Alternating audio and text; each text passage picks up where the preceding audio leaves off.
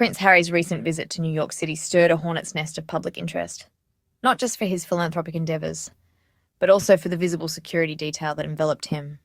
The city, known for its bustling streets and vibrant energy, seemed to pause as the Duke of Sussex made his way through its iconic landmarks. From Central Park to the towering skyscrapers of Manhattan, Harry's presence was felt everywhere.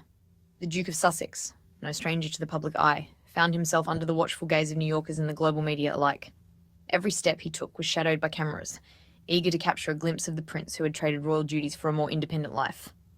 The streets buzzed with excitement and curiosity, as locals and tourists alike craned their necks to catch a sight of the royal visitor. This visit was not merely a personal trip. It was a public spectacle. Every appearance, whether at a charity event or a casual stroll, was met with a flurry of media attention. The prince's interactions with the public, his speeches, and even his casual moments were all under the microscope, adding to the already intense scrutiny he faced. Harry's presence, always a lightning rod for attention, was amplified by the context of his strained relationship with the royal family. The ongoing tensions and public disagreements with his family back in the UK added a layer of intrigue to his visit. Every gesture, every word was dissected for hidden meanings and potential implications for the royal feud. The security detail, impossible to ignore, became a symbol of this very public rift, raising questions about the discrepancies in his protection on either side of the Atlantic. In the UK, Harry's security arrangements had been a contentious issue, with debates over who should bear the cost and the level of protection required. In contrast, his New York visit showcased a well-coordinated and visibly robust security presence, highlighting the differences in how his safety was managed. The visit, intended to highlight charitable causes, inadvertently shone a spotlight on the deep-seated tensions within the House of Windsor. Harry's efforts to promote various philanthropic initiatives were commendable, yet they were often overshadowed by the ongoing drama surrounding his family. Despite the distractions, the prince remained focused on his mission, using his platform to bring attention to important issues and make a positive impact. The security detail assigned to Prince Harry during his New York visit was impossible to miss. A phalanx of New York City's finest, the NYPD officers were a constant presence around the Duke. Their every move was calculated, their demeanour serious and alert, a visible reminder of the potential dangers faced by someone of Harry's stature. This wasn't just about numbers. It was about training, coordination, and a comprehensive understanding of threat assessment. The NYPD detail, known for their expertise in handling high-profile individuals, left no room for error. Their presence was a silent but powerful statement about the importance of proactive security measures in today's uncertain world. The NYPD's involvement highlighted the stark difference in security protocols between the US and the UK, particularly for high-profile individuals like Prince Harry. The spectre of Princess Diana's tragic death looms large over any discussion about the security of the royal family. Her untimely demise is not just a historical event, it is a haunting reminder of the vulnerabilities that even the most protected individuals face. The world watched in horror as the beloved princess, who had once been the epitome of grace and compassion, was suddenly taken away in such a tragic manner. Diana, stripped of her royal protection after her divorce from Prince Charles, met an untimely end in a car crash in Paris, pursued by paparazzi. The relentless chase by photographers, desperate for a snapshot, led to a catastrophic accident that claimed her life. The tragedy exposed the vulnerabilities of high-profile figures, even those who were once considered untouchable. It became evident that fame and status do not offer immunity from danger. The incident underscored the need for comprehensive security measures, not just for the royal family, but for all public figures who face similar risks. Diana's death wasn't just a personal loss. It was a wake-up call, a stark reminder that even those seemingly above the fray are not immune to tragedy. The public memorials and tributes that followed were a testament to her impact on the world.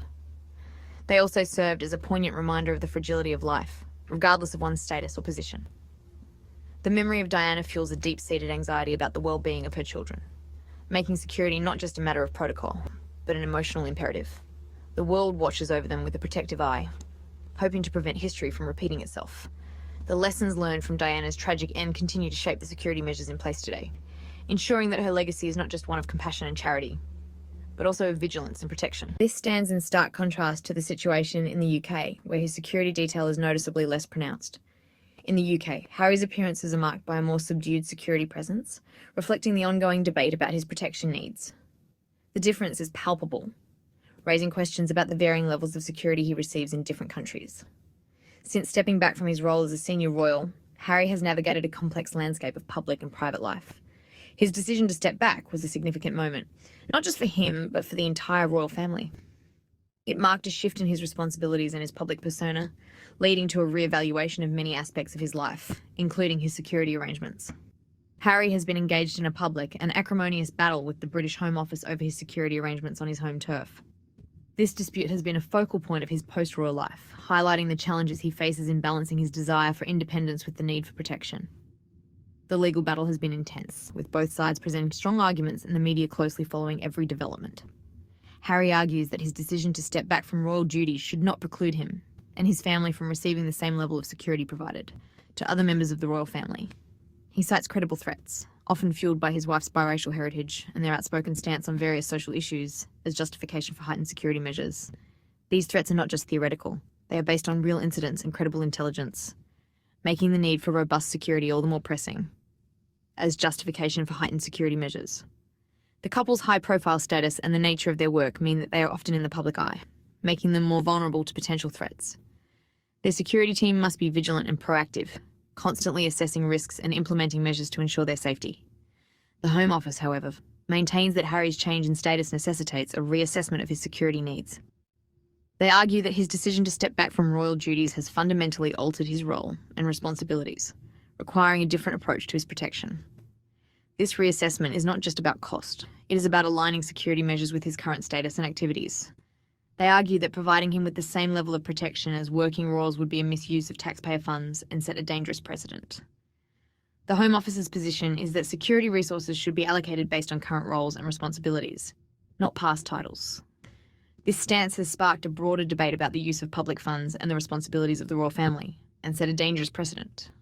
The concern is that extending full security benefits to Harry could lead to similar demands from other non-working royals, straining public resources and complicating security protocols.